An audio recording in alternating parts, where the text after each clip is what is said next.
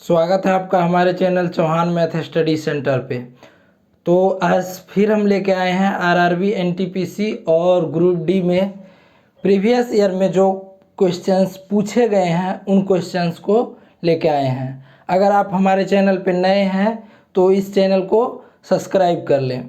तो चलिए आज इस वीडियो का शुरुआत करते हैं और देखते हैं पहला क्वेश्चन आपके स्क्रीन पे आएगा, उसको सॉल्व करते हैं। और देखिए पहला क्वेश्चन दिया हुआ है, यदि ए बराबर गुना का सिंबल है, बी बराबर डिवाइड का सिंबल है और सी बराबर माइनस का सिंबल, सी बराबर प्लस का सिंबल है, तो 7a 5c 1b6 का B6 इसका वैल्यू हमको निकालना है। अब देखिए 7a के जगह पे ढूंढिए क्या दिया हुआ है, गुना का, तो हम गुना दे दिए।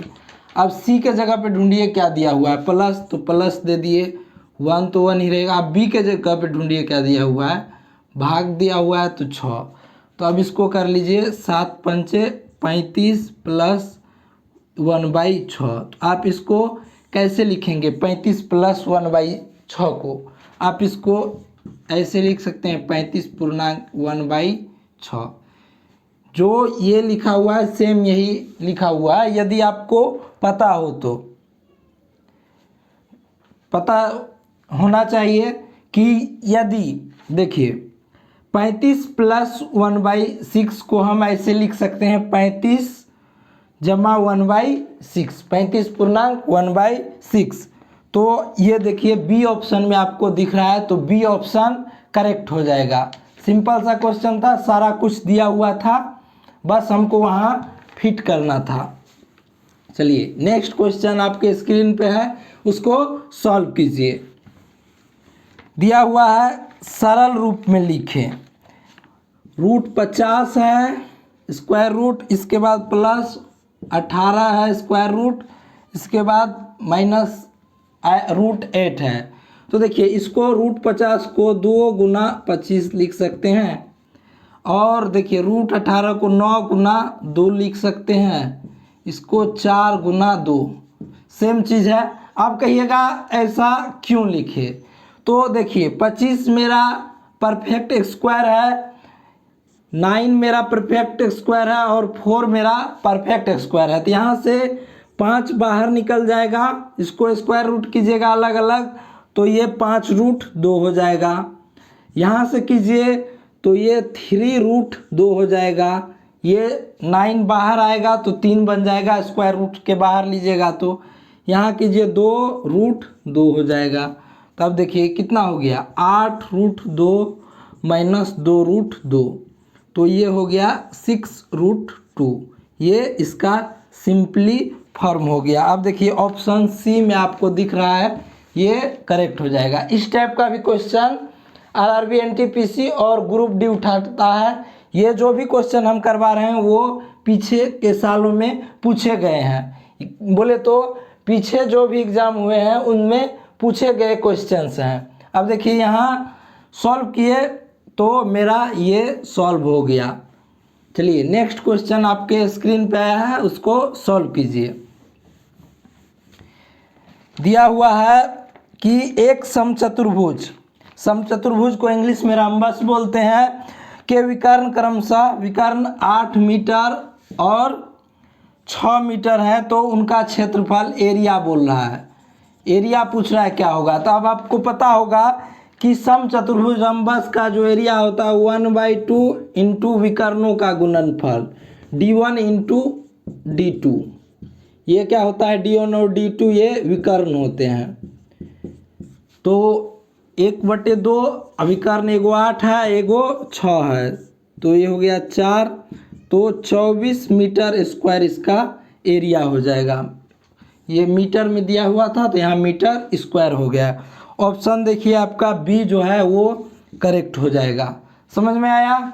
यहाँ बस एक फॉर्मूला आपको याद रखना था कि समचतुर्भुज रम्बस का जो क्षेत्रफल होता है 1/2 और विकर्णों का गुणनफल ये रम्बस का क्षेत्रफल होता है।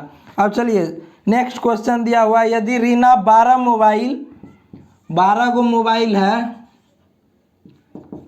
इसका जो कितना में बेच रहा है, 188160 इतना में वो बेच रही है, ये एसपी है। जितना क्रय मूल्य, जिनका क्रय मूल्य जो है कितना था, एगो फ़ोन का क्रय मूल्य इसमें दिया हुआ है 14,056 रुपया प्रति फ़ोन हो, तो उसे कुल कितना का लाभ हुआ। अब देखिए इतना में 12 गो मोबाइल बेच रही थी, ये एगो मोबाइल का कीमत है, एगो मोबाइल का कीमत है, तो सीपी है, तो हम यहाँ से हम 12 मोबाइल का सीपी निकाल सकते हैं। तो 14,056 में 12 का मल्टीप्लाई कीजिए तो आपको ये आ जाएगा 16,872।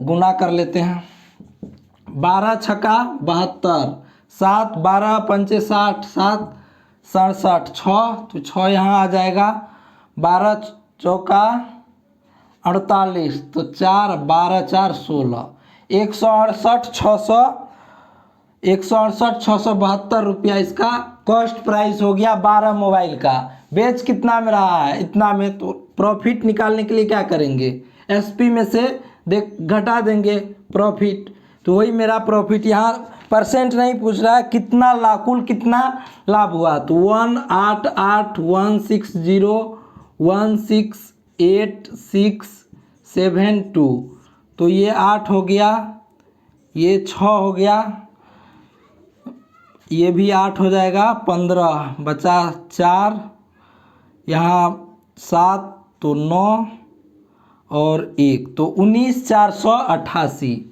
रुपया का टोटल प्रॉफिट हुआ। 19,488 रुपया का प्रॉफिट हुआ उसको इस कुल व्यापार में। तो ऑप्शन देखिए, ए ऑप्शन आपका करेक्ट हो जाएगा। इसमें कुछ था नहीं, बस एक छोटा सा कैलकुलेशन था, उसके कैलकुलेशन को करते आंसर निकल जाता। यहाँ दिया हुआ था 12 मोबाइल का जो है सेलिंग प्राइस दिया हुआ है, और उसने एक मोबाइल का कॉस्ट प्राइस क्रय मूल्य दे रखा था। तो यहाँ से हम 12 मोबाइल का कॉस्ट प्राइस निकाल लेंगे, तो ये मेरा निकला, और टोटल एसपी में से सीपी घटा देंगे, तो जो निकल के आएगा वो मेरा प्रॉफिट होगा। चलिए नेक्स्ट क्वेश्चन आपके स्क्रीन पे आया है, उसको सॉल्व कीजिए। नेक्स्ट क्वेश्चन आपके स्क्रीन पे दिख रहा है, उसको सॉल्व कीजिए। अब देखिए दिया हुआ है राम और रहीम एक दूसरे से 600, यहाँ राम है यहाँ रहीम है, दोनों के बीच का जो डिस्टेंस है वो कितना दिया हुआ है, 680 मीटर दिया हुआ है। वे क्रमशः 8 मीटर पर सेकेंड और 9 मीटर पर सेकेंड की गति से एक दूसरे की ओर दौड़ना शुरू करते हैं, तो वे कितने दूर समय के बाद आपस में मिल लेंगे। तो अब देखिए यहाँ रिलेटिव स्पीड का कॉन्सेप्ट लगेगा।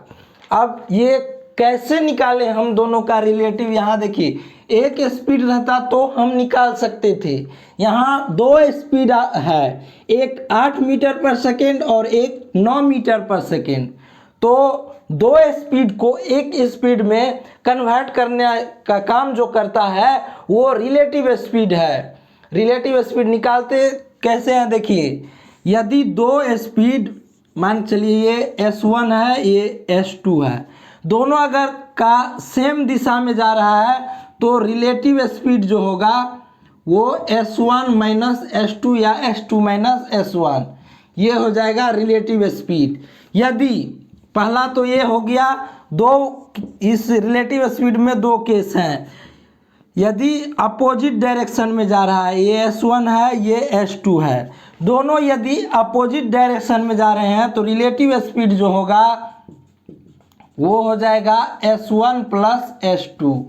कहने का अर्थ ये हुआ कि यदि सेम डायरेक्शन में जाएंगे तो दोनों स्पीड आपस में घट जाएगा। यदि अपोजिट डायरेक्शन में जा रहे हैं तो दोनों का स्पीड आपस में जुड़ जाएगा और जुड़ने का बाद जो स्पीड आएगा वो रिलेटिव स्पीड होगा। तो चलिए यहाँ देखिए इस केस में देखिए क्या हो रहा है। इस केस में हम देख रहे हैं कि दोनों अपोजिट डायरेक्शन में जा रहे हैं। क्वेश्चन में भी लिखा हुआ है कि अपोजिट डायरेक्शन में दोनों जा रहे हैं। तो अब देखिए रिलेटिव स्पीड जो होगा, रिलेटिव स्पीड मेरा क्या हो जाएगा 9 मीटर पर सेकेंड प्लस 8 मीटर पर सेकेंड, तो दोनों हो गया 17 मीटर पर सेकेंड। अब निकल गया। अब देखिए स्पीड में निकल गया तो टाइम निकालने के लिए क्या करेंगे, टाइम निकालने के लिए क्या करेंगे, डिस्टेंस डिवाइडेड बाय स्पीड। तो डिस्टेंस मेरा है 680 और ये स्पीड निकला 17, तो ये हो जाएगा 17 चौका 68, यानी कि 40 सेकेंड का टाइम लगेगा। यहाँ देखिए ये भी मीटर में दिया हुआ है, डिस्टेंस मीटर में दिया हुआ है और स्पीड जो मेरा वेलोसिटी स्पीड चाल जो है वो दिया हुआ है मीटर पर सेकेंड में, तो टाइम मेरा सेकेंड में निकल के आएगा। ऑप्शन देखिए सी आपका करेक्ट आंसर हो जाएगा। आप यहाँ चाहें तो 2 लिख सकते हैं कि अगर सेम डायरेक्शन में स्पीड हो तो दोनों आपस में डिफरेंस घटा के जो ओरिजिनल स्पीड आएगा वो लेंगे। अगर दोनों अपोजिट डायरेक्शन में जा रहे हैं तो दोनों का स्पीड जो होगा S1 प्लस S2 हो जाएगा। बस ये 2 कॉन्सेप्ट आप चाहे तो लिख सकते हैं जो यहाँ यूज हुए। चलिए नेक्स्ट क्वेश्चन आपके स्क्रीन पे है, उसको सॉल्व करते हैं। रिलेटिव स्पीड से रिलेटेड ये कॉन्सेप्ट था, स्पीड टाइम एंड डिस्टेंस से क्वेश्चन था चैप्टर से। चलिए नेक्स्ट क्वेश्चन दिया हुआ है, एक निश्चित राशि को 5% वार्षिक चक्रवृद्धि ब्याज की दर से 3 साल में 2522 का ब्याज मिलता है, मूलधन का पता लगाएं। अब ये सिंपल सा क्वेश्चन है कंपाउंड इंटरेस्ट का। आप बताइए 5% जो, चलिए इसको इरेज करते हैं, लिख चुके होंगे।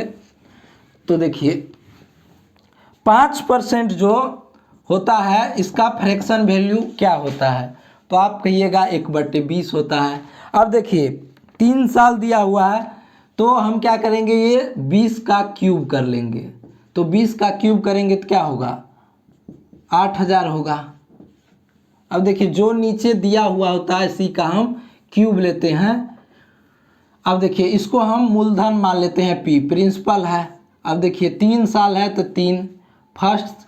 अब पहले साल का जो साधारण ब्याज होगा, दूसरे साल का जो साधारण ब्याज होगा और तीसरे साल का साधारण ब्याज इक्वल होगा। तो इसका देखिए 1/20 निकालिए, और कुछ नहीं कर रहा है, 20 निकालिए, इसका 1/20 निकालिए, इसका 1/20 निकालिए, तो आप पाइएगा कि ये कितना हो जाएगा, 1/20 निकालिएगा तो ये 400, ये 400 और ये 400 हो गया। अब देखिए इस ब्याज के पीछे भी एक ब्याज है तो इसका भी 1/20 निकलेगा, तो ये कितना हो जाएगा 20। इस ब्याज के पीछे भी 2 ब्याज है तो 20, 1/20 इसका निकालिए, फिर इसका 1/20 निकालिए तो 20। इस ब्याज के पीछे एगो ब्याज है तो 1 यहाँ हो जाएगा, 1/20 का 1 निकालिएगा 1 हो जाएगा। तो आप यहाँ डायग्राम देखें, ये कंपाउंड, ये टोटल मेरा कंपाउंड इंटरेस्ट हो गया। अब देखिए 4 या 12, 20 या 60, 1 61, यानी कि 1261 यूनिट मेरा कंपाउंड इंटरेस्ट हो गया। और ये दिया हुआ है कि 2522 होता है, 2522, तो 1261 का वैल्यू 2522 है। तो 1 का वैल्यू निकालेंगे तो 2 से, देख रहे हैं 2 से मल्टीप्लाई करके आता है इसके बराबर, तो 2 6 दूना 12, 2 1 2 दूना 4 1 5 2, हाँ आ रहा है। तो ये 2 बार में 1 यूनिट का निकाले तो 2 निकल के आया। तो पूछ रहा है कि मूलधन का पता लगाए। मूलधन है कितना 8000 यूनिट, तो 8000 यूनिट का वैल्यू निकल के आया 2 गुना 8000, तो हो गया 16000 मेरा मूलधन होगी, ये मूलधन हो गया 16000। देखिए ऑप्शन सी में दिख रहा है, तो ये मेरा करेक्ट आंसर हो गया। ये कंपाउंड इंटरेस्ट का इस तरीका से जो भी क्वेश्चन आप बनाइएगा वो सिंपल से सॉल्व हो जाएगा। अब देखिए यहाँ इस टाइप से जो चेन बना के हमने क्वेश्चन को सॉल्व किया वो कैसे किया। देखिए आपको ये तो पता है ना कि कंपाउंड इंटरेस्ट जो होता है ब्याज के ऊपर ब्याज लगता है, ये पता है, बस क्वेश्चन सॉल्व हो गया। देखिए पहले साल का मैंने निकाला, दूसरे साल का, ये पहले साल तो तीनों जो होगा पहले साल का वो सेम होगा, क्योंकि पहले साल में तो हमको ब्याज ही मिलेगा, सिर्फ ब्याज मूलधन के ऊपर ब्याज मिलेगा, तो पहले मूलधन के ऊपर मैंने तीनों साल ब्याज लगा दिया। अब देखिए सेकेंड ईयर जब आएंगे तो हम देख रहे हैं कि इससे पहले एक ब्याज है, और जैसे ही तीसरा ईयर आ रहे हैं तो देख रहे हैं कि 3 गो जो है वो पहले 3 ब्याज पे हमको ब्याज मिलेगा, और ये जो है एक एक्स्ट्रा देख रहे हैं तो ये पहले इस ब्याज से पहले एक ब्याज लग रहा है, तो इसका भी 1/20 हमको ब्याज मिलेगा। समझ में आया? तो चलिए नेक्स्ट क्वेश्चन आपके स्क्रीन पे आ रहा है, उसको सॉल्व कीजिए।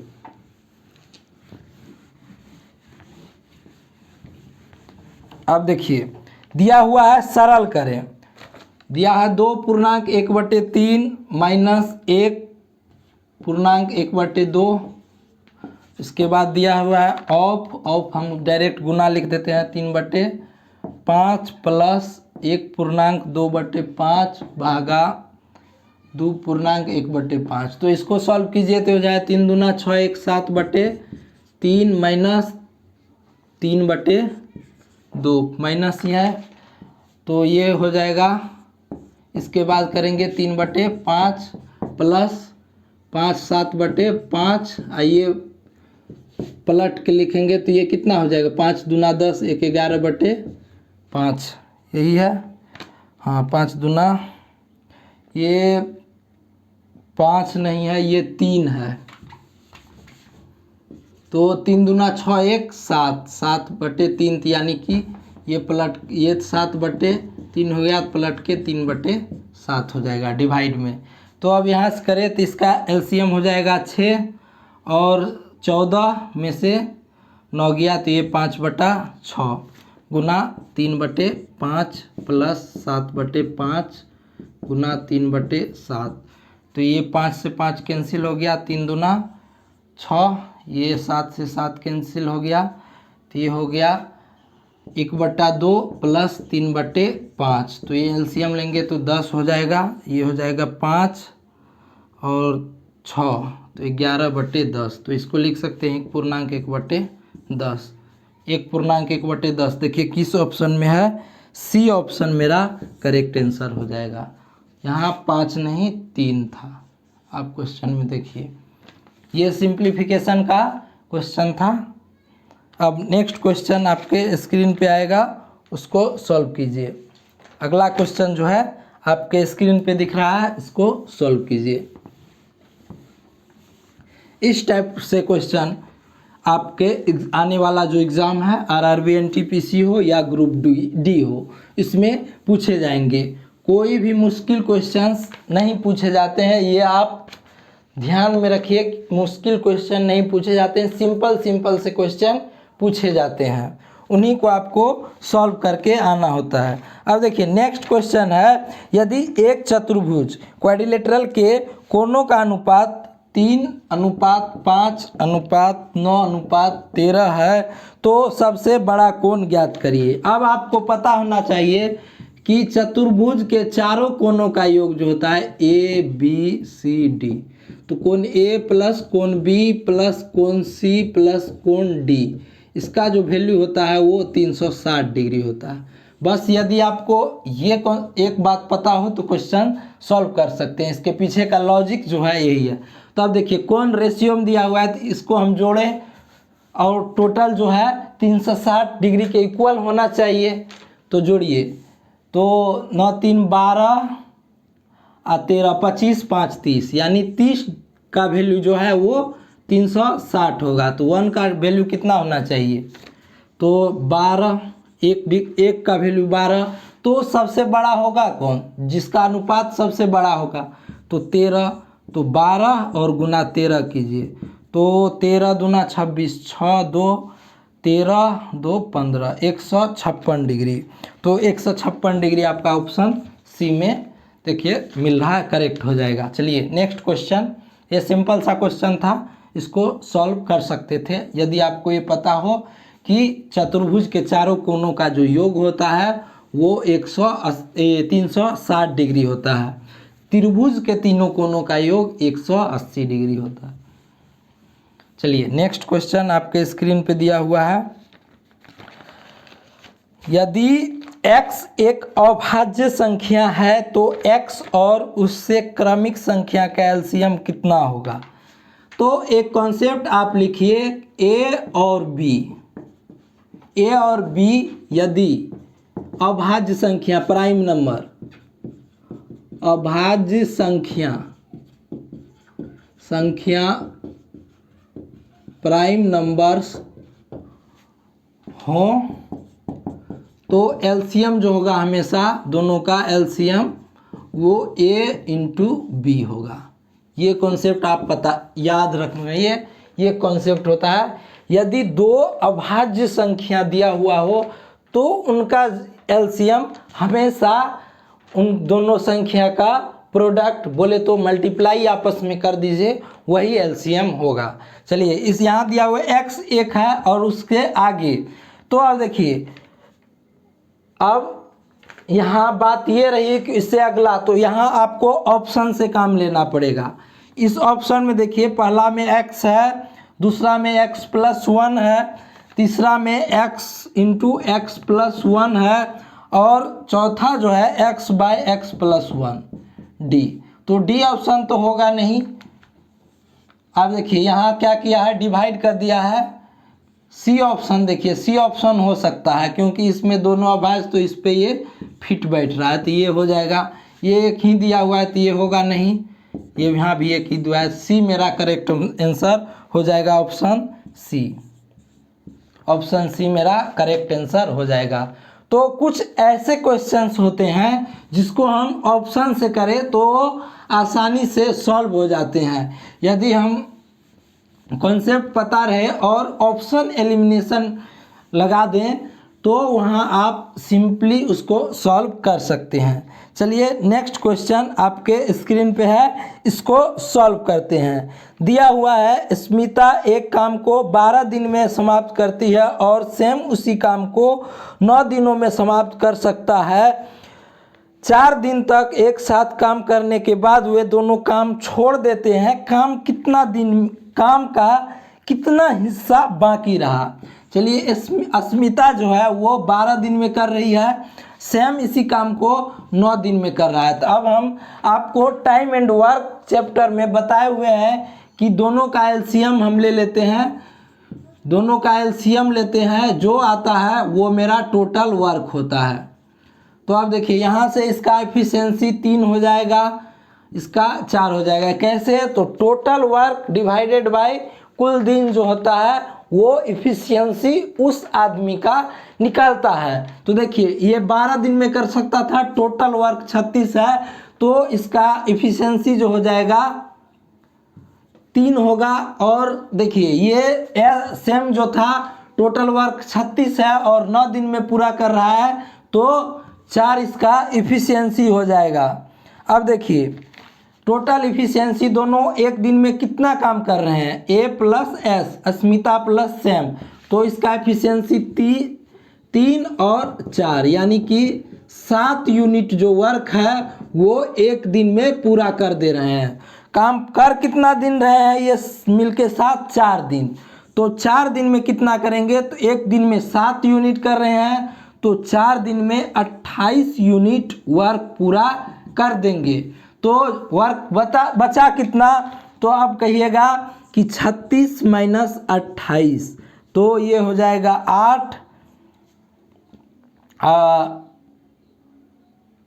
8 यूनिट वर्क, 7 चौका 28। अब देखिए यहाँ देखिए कितना 28 यूनिट वर्क ये कर दे रहे हैं। तो इसका कितना भाग, ये काम यहाँ ये नहीं पूछ रहा था कितना बचा, ये पूछ रहा था कितना हिस्सा बचा। तो अब देखिए ये 4 दिन में वर्क का कितना हिस्सा कर पा रहे हैं। तो आप कहिएगा कि 28 यूनिट कर रहे हैं, टोटल करना था 36। तो यहाँ से करिए तो 7 चौका 28, 9 चौका 36, यानी कि 7/9 भाग पूरा कर रहे हैं। 7/9 भाग काम जो है वो पूरा कर पा रहे हैं 4 दिन में। तो अब आप बताइए कि बच कितना गया। तो अब 1 में से 7/9 भाग घटा दीजिए तो 2/9 भाग ये मेरा काम बच गया, जो काम नहीं हो पाया 2/9 भाग। तो देखिए 2/9 भाग किस ऑप्शन में है, सी ऑप्शन मेरा करेक्ट हो जाएगा।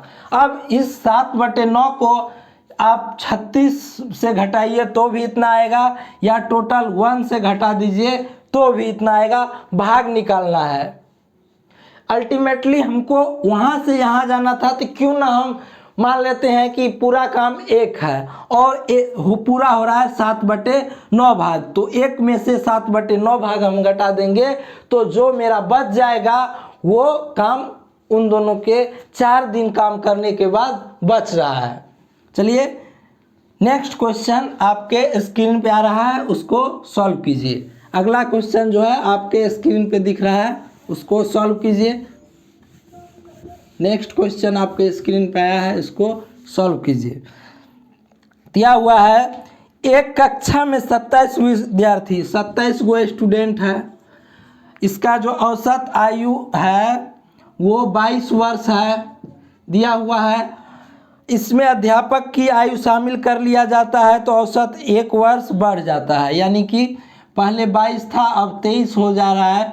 तो 27 प्लस 1, 27 प्लस 1, यहाँ देखिए 27 और प्लस 1 28, इसका औसत कितना हो जा रहा है 23।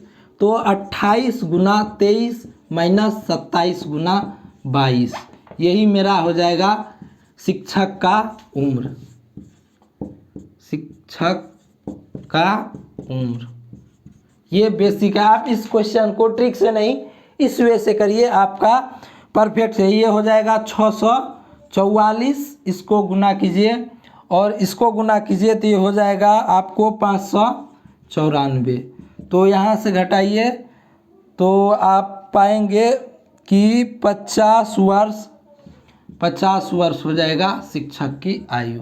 तो ऑप्शन देखिए सी ऑप्शन आपका करेक्ट हो जाएगा इस वाले क्वेश्चन में। कैसे देखिए पहले 27 गो स्टूडेंट था, उसका औसत आयु जो था 22 वर्ष था।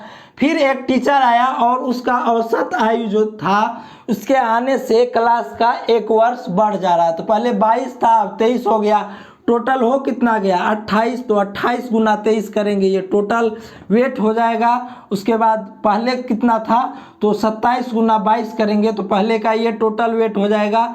इसमें से घटा देंगे तो जो डिफरेंस क्रिएट कर रहा है वो टीचर के वजह से हो रहा है, तो टीचर का उम्र निकल के आ जाएगा।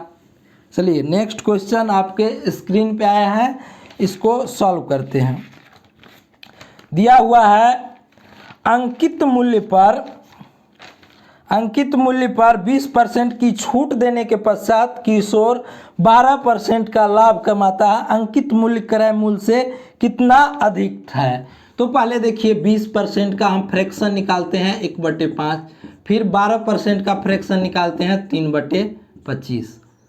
अब देखिए दिया हुआ 20% की छूट, तो mark price, selling price, cost price. अब बताइए डिस्काउंट जो है वो किस पे मिलता है, ये बात बताइए डिस्काउंट किस पे मिलता है। तो आप कहिएगा कि डिस्काउंट जो है वो हमेशा मार्क प्राइस पे दिया जाता है। तो यदि मेरा मार्क प्राइस 5 है तो 1 का डिस्काउंट दिया तो सेलिंग प्राइस कितना रह गया 4 रह गया। अब देखिए आगे पढ़िए, दिया हुआ है 12% का लाभ होता है। एक बात हमको बताइए लाभ किस पे निकलता है, लाभ निकालने का बेस क्या है, लाभ किस पे निकाला जाता है। तो आपको पता होना चाहिए कि लाभ जो है वो कॉस्ट प्राइस पे निकलता है। यदि मेरा सीपी जो है 25 है तो एसपी क्या हो जाएगा 3 इसमें जुट जाएगा, 3 लाभ है, 3/12 का 12% का मतलब क्या हुआ, 3/25, तो 3 हो ऐड करेंगे तो SP मेरा 28 हो जाएगा। ये रेशियो हो जाएगा। अब देखिए यहाँ हम रेशियो को इक्वल कीजिए, तो आप इसको बीच वाला रिलेशन बनाया तो बीच वाला को इक्वल कर दीजिए। 7 पंचे 35, 7 चौका 28 इंटू 25। अब पूछ रहा है कि क्रय मूल्य कितने प्रतिशत से अधिक है। अंकित मूल्य क्रय मूल्य से, तो आप देखिए क्रय मूल्य से जिसमें से का या से लग जाए वो नीचे में लिखाता है। क्रय मूल्य कितना है 35 और 25, तो कितना अधिक है, तो 10% कर रहा है, प्रतिशत निकाल दे। 25 चौका 100, 10 चौका 40% अधिक हो जाएगा। ऑप्शन आप देखिए ए ऑप्शन करेक्ट हो जाएगा। इस टाइप का क्वेश्चन आपको इस तरीका से करना है। अब कहिएगा ये कैसे हम कर दिए, तो आप ऐसे कीजिए, नहीं करना है ऐसे तो जो खाली है उस जगह में लिख दीजिए 28। अब गुना करते रहिए, देख रहे हैं कितना मुश्किल हो रहा है गुना करने में। अब हम जिस क्वेश्चन में जो तरीका आपको आसान बैठता है वहाँ कीजिए। 7 यहाँ देखिए बीच वाला दोनों का रिलेशन जोड़ रहा है दोनों रेशियो में, तो बीच वाला को इक्वल कर दीजिए। रेशियो दोनों रेशियो में सेम चीज़ से हम मल्टीप्लाई कर सकते हैं। तो ये जो क्वेश्चन है आपको समझ में आया होगा। चलिए नेक्स्ट क्वेश्चन आपके स्क्रीन पे आया है, उसको सॉल्व करते हैं। अगला क्वेश्चन आपके स्क्रीन पे है, उसको सॉल्व कीजिए। दिया हुआ है सरल करें, ठीक है। 81x² minus 49y² divided by 9x plus 7y। आपको पता होगा कि ये देखिए a² minus b², a² minus b² का आपको पता होना चाहिए a plus b into a minus b, ये फार्मूला होता है। तो अब कीजिए इस पे, देखिए ये हो जाएगा 9x minus 7y into 9x plus 7y। अब डिवाइड में नीचे है 9x प्लस 7y, तो ये एक कैंसिल हो जाएगा तो बच जाएगा 9x माइनस 7y। ये किस ऑप्शन में है, 9x minus 7y, b option आपका करेक्ट हो जाएगा। इसके पीछे आपको सरसरी निगाहों से इसको देखना था कि कैसे इसको सॉल्व करें, तो हमको क्लू मिला कहाँ से। नीचे देखे कि 9x और 7y, और ऊपर देख रहे हैं तो इसी का स्क्वायर लिखा हुआ है, सेम चीज़ का स्क्वायर लिखा हुआ है। तो हम दिमाग में एक चीज़ दौड़ाए कि a माइनस बी का a² माइनस b² का जो फॉर्मूला होता है वो a plus b into a minus b होता है। यहाँ से हम इस क्वेश्चन को सॉल्व कर पाए। चलिए नेक्स्ट क्वेश्चन आपके स्क्रीन पे आया है, उसको सॉल्व करते हैं। अगला क्वेश्चन आपके स्क्रीन पे दिख रहा है, उसको सॉल्व कीजिए।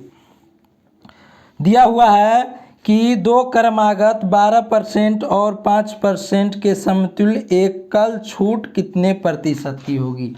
तो आप एक फार्मूला याद करें, a plus b plus minus a b by 100 minus 12 गुना 5 बाई 100, तो ये हो जाएगा 17 माइनस क्या हो जाएगा 12 पंचे 60, तो ये हो जाएगा 0.6, तो ये हो जाएगा 16.4%।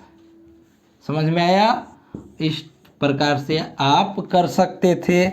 नहीं तो आप क्या कीजिए 12% का फ्रैक्शन निकालिए तो 3/25 होगा, 5% का फ्रैक्शन निकालिए तो ये क्या हो जाएगा 1/20। यानी कि मार्क प्राइस मेरा पहले 25 है तो छूट कितना का मिल रहा है SP, तो 22 का, उसके बाद 20 है तो 19 का, यहाँ से आप कीजिए तो 10 और 11, तो ये हो जाएगा 250, और इसको गुना कीजिए 11 नमा 99 9 11 9 20 209। तो देखिए यहाँ छूट कितना का मिल रहा है, तो 41 का 250 पे, तो गुना 100 से कर दीजिए तो ये हो जाएगा 25 चौका 100, 25 का 10, तो यहाँ से 4.1 गुना 4, तो कीजिए 4 चौका 16, 1, 4 चौका 16, 1 17। ये थोड़ा सा यहाँ लेकिन हो जाना चाहिए इससे भी। देखिए 12 5 17, 12 पंचे 60, इस टाइप से भी आप कर सकते हैं। 25 250 अनुपात 11 9 99 और 9 11 और 9 20 209, यानी कि 41 का छूट मिला किस पे, 250 पे। तो यहाँ 100 से कीजिए तो ये हो जाएगा 4, ये 10 और ये हो जाएगा 4। तो ये हो जाएगा 4 और 4 चौका 16 डिवाइडेड बाई 10। तो यहाँ से भी आ रहा है 16.4%। आप इस वे से कीजिए या इस वे से कीजिए, दोनों से आपका सेम आंसर आएगा। इस तरीक़ा से आपको यदि फ्रैक्शन वैल्यू परसेंटेज से फ्रैक्शन कैसे जाते हैं वो पता हो तभी आप इसको कर सकते हैं, अदरवाइज़ आप फार्मूला लगाइएगा। बहुत जगह क्या होता है, फ्रैक्शन जो है ये परसेंटेज जो है ना उसको क्या करता है कि थोड़ा घुमा के दे देता है। जैसे लिख देगा 37.5%, 12.5%। अब 37.5% पे फार्मूला लगाने जाएंगे तो कैलकुलेशन करते करते परेशान हो जाएंगे। तो वहाँ फ्रैक्शन आप 37.5% का फ्रैक्शन, 12.5% का फ्रैक्शन, ये सब याद रखेंगे तो इस तरीक़ा से सॉल्व कर सकते हैं। चलिए आज का ये लास्ट क्वेश्चन आपके स्क्रीन पे दिख रहा है, उसको सॉल्व कीजिए। लास्ट क्वेश्चंस आपके स्क्रीन पे दिख रहा है, उसको सॉल्व कीजिए। दिया हुआ है एक मिश्र धातु में सोना और चांदी, यार सोना का बात आ गया, और चांदी, ये दिया हुआ है, इसका रेशियो 17:3 दिया हुआ है। इसके बाद बोल रहा है कि चांदी का वजन 2.7 ग्राम है। इसका वजन जो दिया है 2.7 ग्राम, तो है इसमें कितना, 3 रेशियो का वैल्यू दिया है 2.7, तो 1 रेशियो का वैल्यू कितना हो जाएगा 2.9। तो टोटल जो मिश्र धातु है 20, तो 20 रेशियो का वैल्यू निकालेंगे तो कितना हो जाएगा 9 दूना 18, यानी कि 18 ग्राम हो जाएगा। टोटल जो है 18 ग्राम है, उसमें चांदी है 2.7 ग्राम, तो सोना कितना हो जाएगा, तो 18 माइनस 2.7 ग्राम कर दीजिए तो 3, यहाँ 17 में से 15.3 ग्राम, यही सोना हो जाएगा। ऑप्शन देखिए किस में है, बी ऑप्शन आपका करेक्ट हो जाएगा। यहाँ देखिए दिया हुआ था, बस रेशियो मिल गया, जो रेशियो मिल गया तो मेरा काम आसान हो गया। यहाँ देखिए सोना और चांदी का रेशियो दिया हुआ है 17:3 में। इसके बाद दिया हुआ है कि चांदी जो है वो मेरा 2.7 ग्राम है, तो ये इसमें 3 रेशियो के बराबर ना 2.7 ग्राम होगा, तो 3 रेशियो के बराबर 2.7 ग्राम किए तो 1 रेशियो का वैल्यू मेरे पास निकल गया 0.9 ग्राम, तो 20 रेशियो का वैल्यू मेरे पास निकल गया 18 ग्राम। यदि टोटल जो मिश्र धातु 20 रेशियो में है तो टोटल धातु है 18 ग्राम, तो सोना कितना हो जाएगा, यदि चांदी 2.7 ग्राम है तो 15.9 ग्राम चांदी हो जाएगा, सोना हो जाएगा। बी ऑप्शन आपका करेक्ट हो जाएगा।